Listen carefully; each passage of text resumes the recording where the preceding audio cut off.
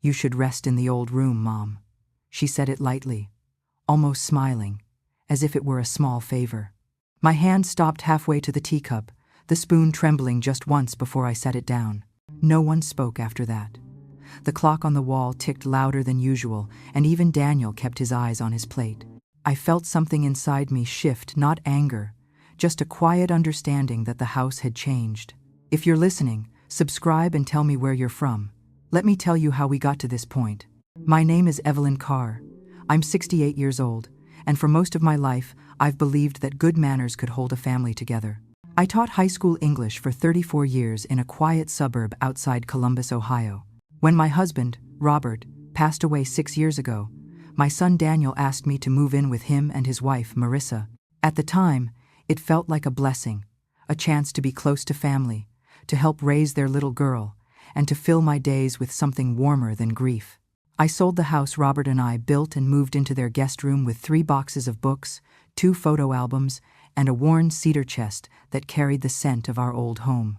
In the beginning, things were easy. Marissa called me Mom, though we both knew she was being generous.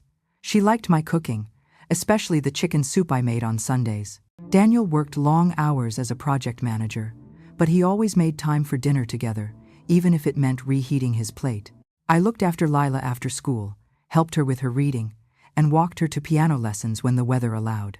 I even kept a little journal by the kitchen sink, a house notes book where we'd jot reminders: milk low, dentist call, 4 p.m. pickup. It made me feel included, useful. That's all most mothers want, I suppose, to matter quietly. Robert used to say respect was like temperature, you only notice it when it drops. I think about that often now. The first chill came about a year ago, not from words but from pauses.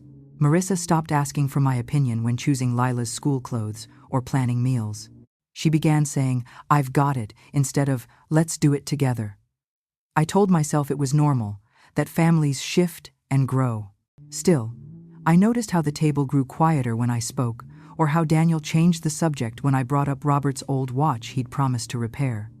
I told myself not to take it personally. By winter, Marissa began spending more time in her office upstairs, and Daniel started traveling again.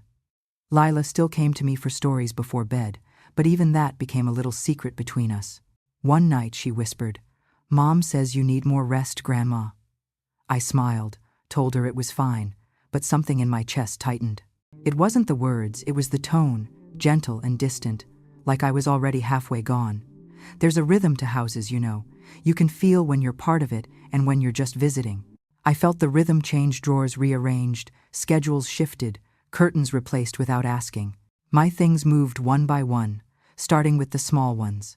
The teacups I'd brought from my old home, the photo of Robert and me at Lake Erie, the plant I kept by the kitchen window. Each time, I'd find them in the old storage room, the one we used for boxes and holiday decorations. I'd move them back quietly, as if it were all an accident. When Daniel asked how I was adjusting, I said, "Fine, dear.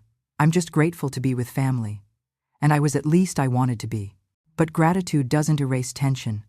It only softens it until it takes shape again. Marissa began to treat the house like a company she managed, every corner optimized, every voice measured. I told myself she was just busy. Still, I felt myself shrinking into the corners, not out of fear, but to avoid taking up too much space. I remember one evening when Daniel came home later than usual. I was sitting in the living room, knitting near the lamp. He kissed my forehead, smiled tiredly, and said, "You know, Mom, Marissa's been under a lot of stress. Maybe give her a little space." I nodded. "Of course," I said. "I don't want to make her uncomfortable." He looked relieved, kissed my hand, and went upstairs. That night, I stayed awake longer than usual, listening to the faint sound of their voices through the ceiling. I couldn't make out the words, only the tone sharp, then quiet, then a door closing softly.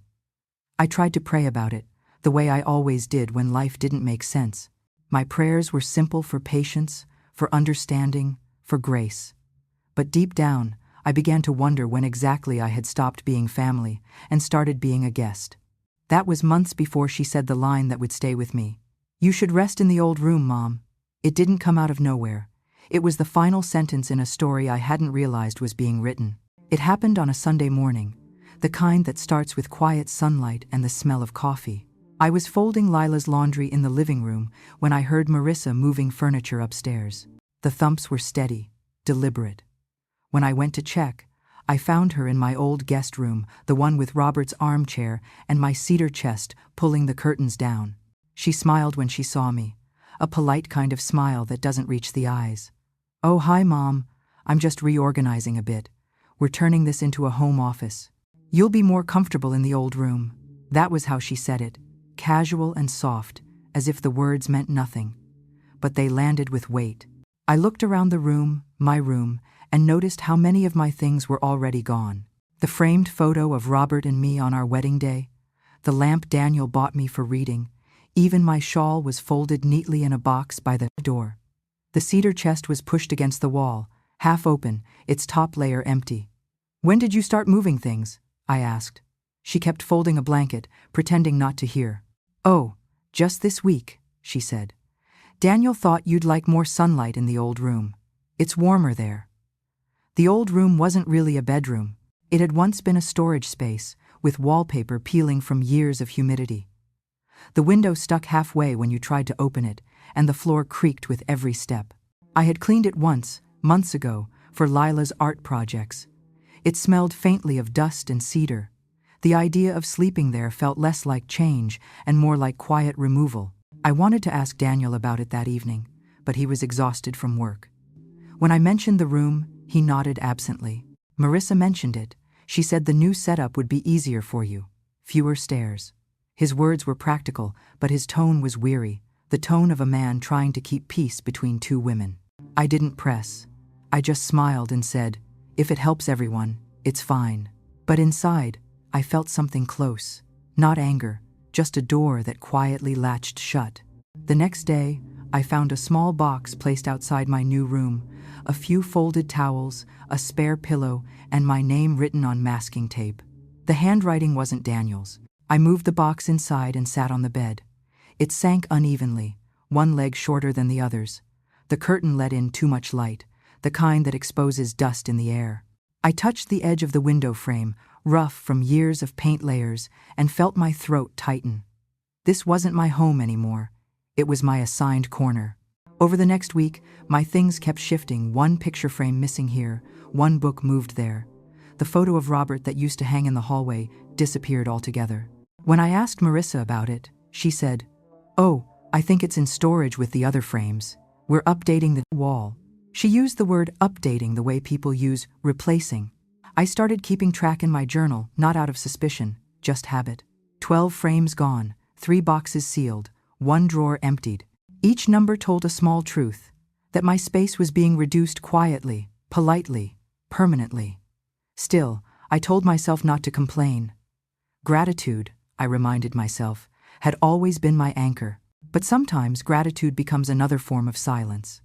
That Friday, when Daniel left early for a business trip, I made tea and sat by the kitchen window.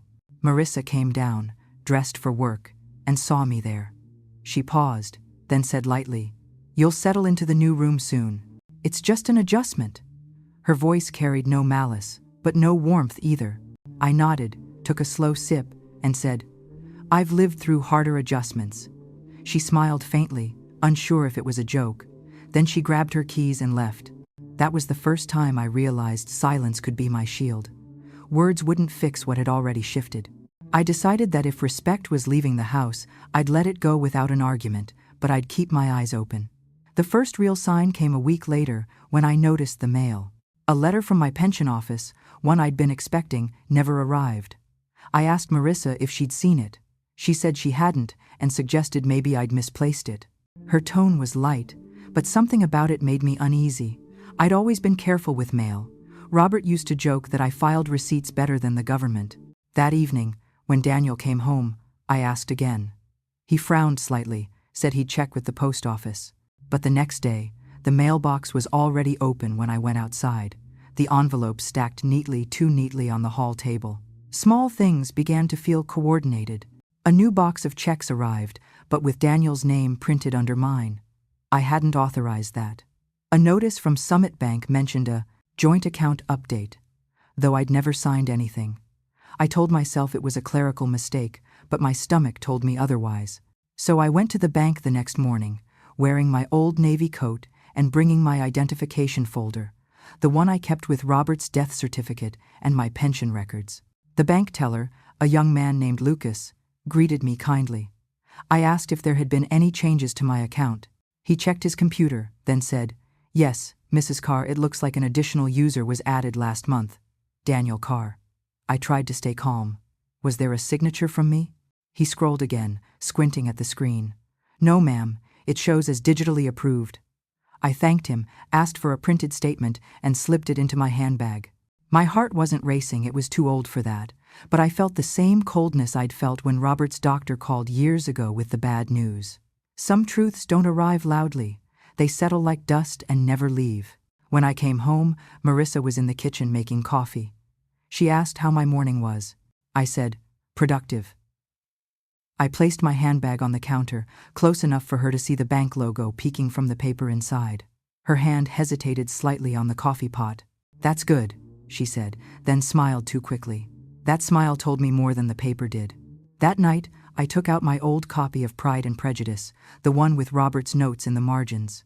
I slipped the bank statement inside and marked the page with a small receipt from Summit Bank. My first truth prop, I thought. One page at a time, I'd keep my own record. The next few days, I observed more carefully. When the mail arrived, Marissa was always the first to take it. She'd sort it in the kitchen, then hand me a small pile, mostly circulars and coupons. I asked her once if anything else came. She said, "Just bills and some bank stuff.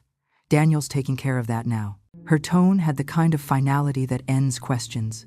I decided to visit the library that week, something I hadn't done in years. The librarian recognized me, smiled, and asked if I was looking for mystery novels again. "Not this time," I said. I walked to the community resources corner and began reading pamphlets about elder rights and financial guardianship. I learned words like co-sign authorization and power of attorney. Each phrase felt like a lock clicking open in my head. I printed 2 pamphlets, Protecting Seniors from Financial Exploitation and Steps to Reclaim Your Autonomy, and placed them in a manila envelope. When I got home, I tucked it into my bookshelf, between the dictionaries and Robert's journals. That evening, I called the pension office directly. The representative confirmed that a change of address request had been filed for my account to Daniel's home address, where I already lived. I asked who filed it. She said, "It was done online, Mrs. Carr, under your email." I didn't tell her I hadn't used email in months. I thanked her, hung up, and sat for a while in silence. My fingers felt cold against the phone. That night, after everyone went to bed, I sat at my small desk and began writing dates. February, 2 missing pension letter. February 5 joint account discovered. February 7 address change. I didn't know what the full picture was yet, but patterns comforted me. They made chaos measurable. I remembered what Robert used to say, "Truth is slow, but it keeps perfect time." 2 days later, I went for a walk to clear my head and found Harold Jenkins outside, trimming his hedges. Harold had been our neighbor since Daniel was a boy, a retired postman with steady eyes and a kind voice. He waved. "Haven't seen you around much, Evelyn. Everything all right?" I hesitated, then nodded. "Just adjusting," I said. He studied me for a moment, then said softly, "Adjusting shouldn't make a person look smaller." His words stayed with me the whole way home. That night, I checked my desk drawer and realized my bank folder was gone. I found it later, tucked behind a stack of magazines in the hallway cabinet. When I asked Marissa if she'd seen it, she said, "Oh yes, I was tidying up. I thought it looked out of place." Her tone was light, but her eyes didn't meet mine. I smiled, thanked her, and made a mental note. She was tidy about everything, even erasing evidence. The next morning, I went back to the bank, this time to the branch manager. I requested a full copy of my account history for the last 6 months. She printed the documents and asked if everything was okay. I said, "I just like to keep things in order." When I got home, I placed the papers inside the book again. Pride and Prejudice was growing heavier, not with fiction, but with fact. That night, while brushing my hair, I looked at my reflection and realized something I hadn't said out loud. I was afraid, but not of Marissa. I was afraid of how easy it had been to trust. Harold Jenkins came by the next morning, holding a small brown envelope. Your mail was mixed in with mine again, he said, smiling the way kind people do when they're trying not to pry. Inside were 2 letters, one from the utility company, one from the pension office. Both were addressed to me, but had been opened. He noticed my hesitation and asked, "You okay, Evelyn?" I nodded, though my throat tightened. "Just a mistake, I'm sure." He looked unconvinced but didn't push. Later that week, I stopped by his porch while he was sweeping. I told him quietly about the account, the missing mail, and the way Marissa had started handling things that used to be mine. Harold listened without interruption. When I finished, he set down his broom and said, "People show their truth when they think you can't fight back." Then he added, "Keep your records close, and don't tip your hand." His calm tone steadied me. I realized he wasn't surprised, just saddened. Harold knew more about mail systems than anyone I trusted. When I asked if he could check whether my address had been changed officially, he nodded. 2 days later, he confirmed it. "Someone redirected your mail for 6 weeks, he said. I filed to reverse it." I thanked him, holding back tears. It wasn't proof yet, but it was confirmation, the kind that gives shape to what your heart already knows. That evening, I opened the drawer where I kept my old teaching supplies and found the small digital recorder I used in my classroom years ago. It still worked. From then on, I began recording small things, not spying, just preserving. Conversations, dates, the tone of voices. Truth has a sound, and I wanted to remember it. When Harold stopped by a few days later, I handed him a jar of blackberry jam I'd made. He smiled. "You're calmer now," he said. "That's good. Calm is stronger than angry." I nodded. "I'm learning," I said, and I meant it. Over the next month, Marissa's control grew tighter, disguised as helpfulness.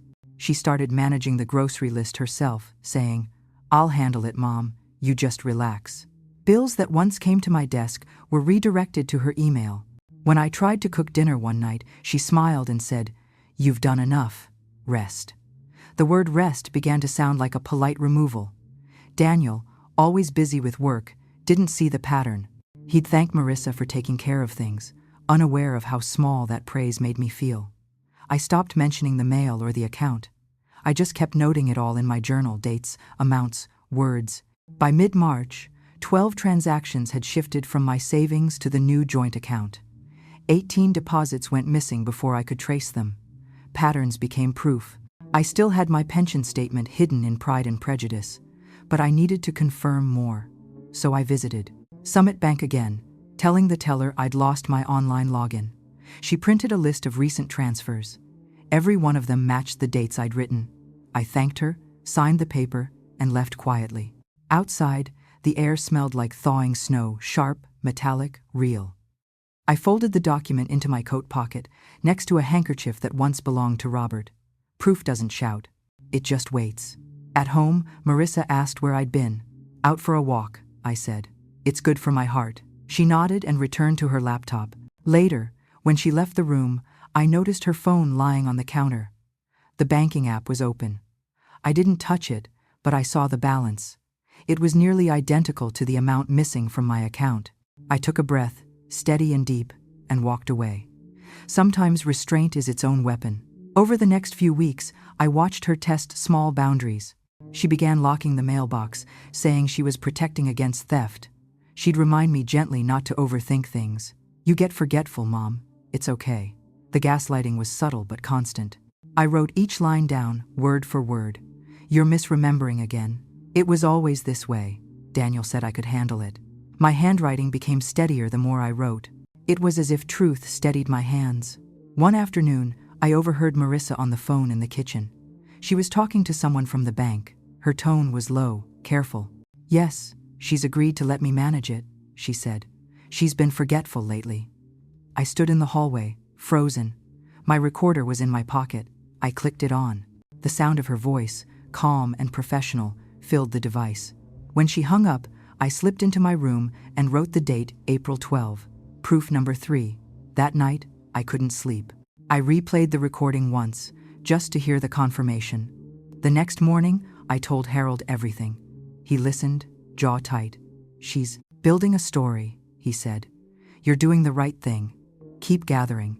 His words steadied me more than he knew. I started collecting every receipt, every note left on the fridge, every text Daniel sent. If Marissa wanted control, I'd give her the spotlight with evidence. By May, I'd made 12 trips to the bank and kept every slip. Each time, I smiled politely, thanked the tellers, and walked home with another page of quiet truth. Marissa noticed my calmness and mistook it for acceptance. That was fine. Silence was my cover. She began making comments at dinner like, "Mom's been so quiet lately. Maybe it's age catching up." Daniel would chuckle softly, then apologize. I'd smile and say, "Maybe." I wanted her to think she'd already won. Harold checked on me often. "Stay patient," he'd say. "Truth isn't loud, but it's loyal." I wrote that in my journal too. By the end of the month, I had a full file: statements, recordings, dates. The house felt colder now, not because of the temperature, but because I'd stopped pretending it was home. One evening, Marissa asked if I wanted to move to a retirement community. She called it a fresh start. I said I'd think about it. That night, I sat at my desk and wrote the final line in my notes. "The woman who wants you gone will always call it kindness." Then I closed the journal and decided the next family dinner would be the last time I stayed silent. Sunday dinner was simple: roast chicken and greens, the kind Daniel likes. I set the table early, placed 3 plates, and folded the napkins neat. Marissa came in from the patio with her phone, face bright and busy. Daniel washed his hands at the sink, tired but trying for cheerful. I poured water, then sat with my hands folded, my journal near my elbow. "Smells great," Daniel said, reaching for the salad bowl with a small smile. "Thank you," I said, keeping my voice calm and even. Marissa asked about Lila's practice schedule and glanced at the clock. I listened, then said, "Before we start, I need 10 minutes." She looked up, eyes quick, then nodded once without speaking. "I have some papers," I said, and I placed the bank statement on the table. Daniel frowned, confused, and pulled it closer to read the header line. Marissa lifted her glass, then set it down, the rim touching the plate softly. "What is this about?" Daniel asked, eyes moving over the columns and dates. "It is about my account," I said, and I looked at both of them. A joint user was added without my consent, and transfers were made. Marissa smiled thinly and said, "Mom, we talked about simplifying things." I shook my head once and said, "We did not." Daniel cleared his throat and said, "Is this recent, Mom?" 6 months, I said, tapping the page with my finger softly. I slid a second paper across, a list of transfers from the teller. "These match my notes," I said, and opened my journal beside the plate. The pages showed dates, amounts, and short lines from daily life. 12 visits to the bank. 18 deposits moved before I saw them. Daniel looked at Marissa and said, "Did you change something without telling me?" Marissa met his look and said, "Your mother asked for help. She forgets things." I lifted my eyes and said, "I do not forget my own signature." The room stayed quiet for a full breath, the clock steady on the wall. "If there is a reasonable explanation, say it now," I said. Marissa reached for the statement and said, "I handled bills while you rested." "I did not rest," I said, and kept my hands folded. "I adapted." Daniel rubbed his forehead and said, "Let us slow down and sort this." I nodded and pushed a small recorder forward, the old device from my desk. "I keep records," I said, and my voice stayed gentle and plain. Not to shame anyone, but to keep our facts straight. Marissa stared at the recorder and said, "You recorded us." "I recorded a call you made," I said. "You told the bank I had agreed." Daniel looked between us and said, "Marissa, did you call the bank?" I clicked the recorder and placed it near the serving dish so all could hear. Marissa's voice filled the quiet room, steady and polite, speaking to a banker. "Yes, she is forgetful. I will manage her account," the recorded voice said. I watched Daniel's face change, not angry, only heavy with understanding. I pressed stop and lifted the recorder back into my palm. "I kept silent because silence keeps its own record," I said. "Now the record speaks," Marissa said. "You are twisting this. I was trying to help with everything." "Help waits for consent," I said. "Help does not redirect mail without asking first." Daniel pushed back his chair, then sat again, calmer than before. "Is there more we need to see?" he asked, eyes on me now. I nodded and set a manila folder near his plate, careful with the edges. "Address change," I said. A request filed under my email that I did not use. Marissa reached for the folder, then stopped, her hand midway above the cloth. Daniel opened it and read the copy Harold helped me print at the library. He was quiet for a long moment. Then he closed the folder and set it aside. "This is wrong," he said, the words simple and final. "We will fix it," he said, and he looked straight at Marissa. I placed my hands flat on the table and kept my voice even. "I am not here to judge anyone," I said. "I am here to correct the record." Marissa crossed her arms and said, "You could have spoken to me first." "I tried," I said, and kept my gaze steady and kind. Words slid off the surface, paper holds. Daniel nodded and said, "What steps do you want, Mom?" I opened my journal and read the list I had written last night. Close the joint access today. Restore my address on all accounts. Remove any digital approvals that were not signed in person. Daniel said, "I can call the bank right now." I said, "Tomorrow morning is fine. We will go together." Marissa stared at the plates, then lifted her eyes. "I thought I was protecting the family," she said quietly. "Then you should have protected the consent," I said. "You chose speed over respect." Daniel looked at me and asked, "Do you want to stay here, Mom?" I breathed in once and chose each word with care and calm. "I will not sleep in the old room," I said. "I will not live as a guest in my own life." Marissa said, "No one asked you to be a guest." I said, "The room did, the mail did, the bank did." Daniel closed his eyes for a moment, then opened them and met mine again. "I should have seen this sooner," he said, voice low and steady. "I am sorry." I nodded once and said, "Thank you." "There is more," I added, and I slid the stack of receipts toward him. "These align with the transfers. They are yours to review." Marissa spoke softly, almost a whisper. "I made mistakes," she said. "I thought I was doing what was best," I said. "Best for me includes my choice, my name, and my keys." Daniel said, "We will reset everything to your control. No question." I looked at him and said, "Good. And after that, I will make my own plan." We ate a little then, not much, mostly to steady our hands. I poured water for all of us and let the quiet hold for a moment. "Daniel," I said, "tomorrow we will also visit the notary." He nodded and said, "Yes, we will update the signature cards." "And the mail," I said. "Harold reversed the redirect, but the postmaster will confirm." Marissa lifted her chin and said, "I will step back from the accounts." I said, "You will put that in writing. A simple statement, signed and dated today." Daniel said, "I will write it after dinner. We can sign it together." I said, "Thank you," and folded my napkin once more. Marissa's voice softened, and for a second I saw the young woman I first met. "I did not mean to push you away," she said. "I believed I was keeping things from falling apart." "Nothing falls apart when people tell the truth," I said. "It only gets rearranged," Daniel said. "Mom, I will stay home this week. We will handle every account. We will begin at Summit Bank," I said. "Then the pension office, then the utilities." He nodded again, then placed his hand over mine for a quiet second.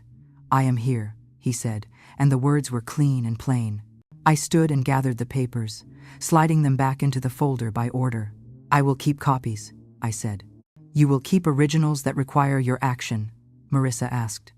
"What about Lila? What do we tell her?" "We tell her the truth in words she can carry," I said. "Grandma is taking care of her own papers now," Daniel said. "That is fair."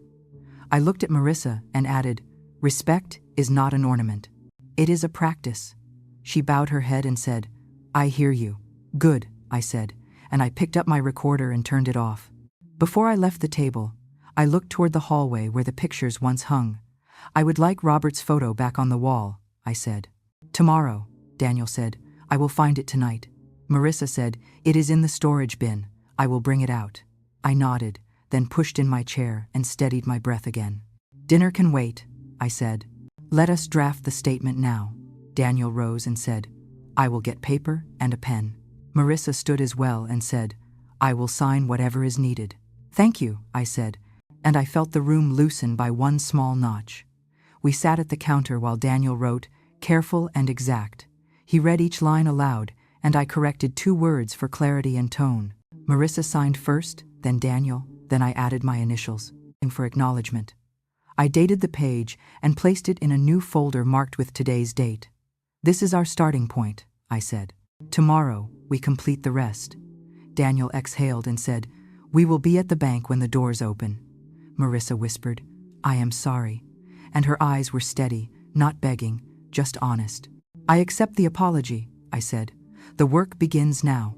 The next morning, Daniel kept his word. We arrived at Summit Bank just after opening. He carried the folder. I carried my calm. The manager greeted us politely, and within 30 minutes, the joint account was closed. My address was restored, my password reset, and a notarized note confirmed my sole ownership. When we left, Daniel handed me the receipt folder and said quietly, "This should have never happened." I nodded. "It's handled now," I said. "That's enough." We stopped for coffee on the way home, sitting in silence until he finally asked, "Will you stay with us?" I looked out the window and said, "For now. But I think it's time I had a space of my own." He didn't argue. He only nodded, eyes lowered. Back home, Marissa was in the kitchen packing Lila's lunch. She looked pale, tired. When Daniel told her what we'd done, she simply said, "Good." Then she turned to me and said, "I moved your photo of Robert back to the hallway." I walked over, and there it was, his steady smile under the same wooden frame. The house felt different, quieter, but honest. I thanked her. She looked relieved, as if permission had been returned to her too. Sometimes facing truth humbles everyone involved. Over the next few days, practical steps followed one after another. I updated my pension address, changed my PIN, stored the recorder and documents in a safe deposit box. I also met with a small local lawyer recommended by Harold, who helped me draft a simple declaration of financial independence, nothing complicated, just a paper trail proving autonomy. When he finished, he said, "You're wise to keep things clean." I smiled. "Clean is peace," I said. Marissa kept her distance that week. No more small talk, no quiet comments about memory or rest. The tension had shifted. It wasn't anger anymore, it was awareness. She avoided the subject of the account, but one evening, she approached me in the living room. "I didn't understand what it looked like," she said quietly. "I thought managing things made life easier for everyone. I didn't think about how it made you feel invisible." Her words were careful, sincere. "We all forget things," I said. "But respect shouldn't be one of them." She nodded, then turned to leave. Before she did, she whispered, "Thank you for not yelling." I said, "It wouldn't have helped either of us." Harold came by 2 days later to check in.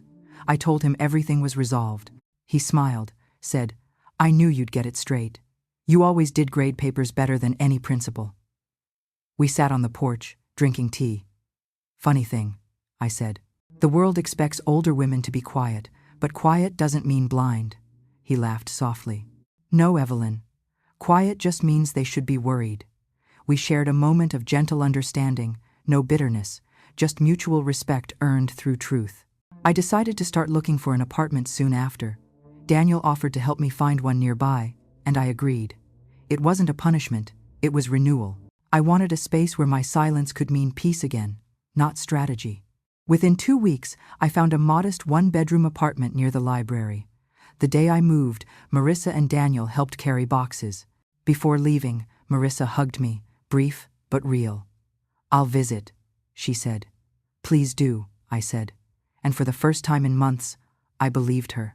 That first night in my new place, I unpacked only the essentials: my books, my journal, a framed picture of Robert, and one teacup, the one that trembled slightly that morning when it all began.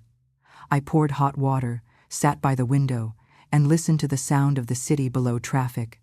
Laughter, a dog barking somewhere far off.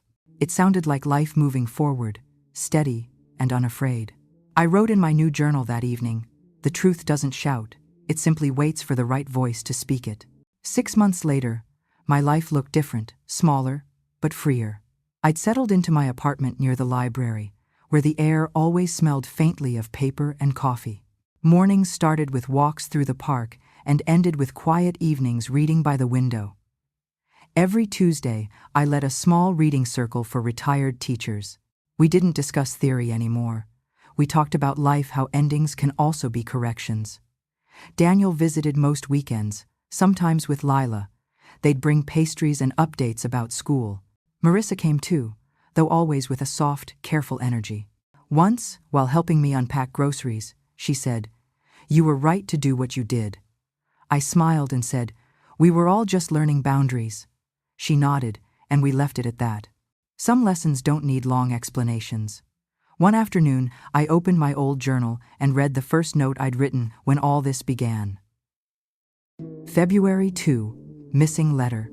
I tore the page out, folded it, and placed it inside Pride and Prejudice. The rest of the pages I left intact, a record of how quiet persistence can rebuild a life. Now, when I pour tea into that single cup, my hand no longer trembles. I think often about how easily people confuse silence with weakness. But silence, when chosen, is power. It listens, waits, and then speaks when truth can finally stand on its own.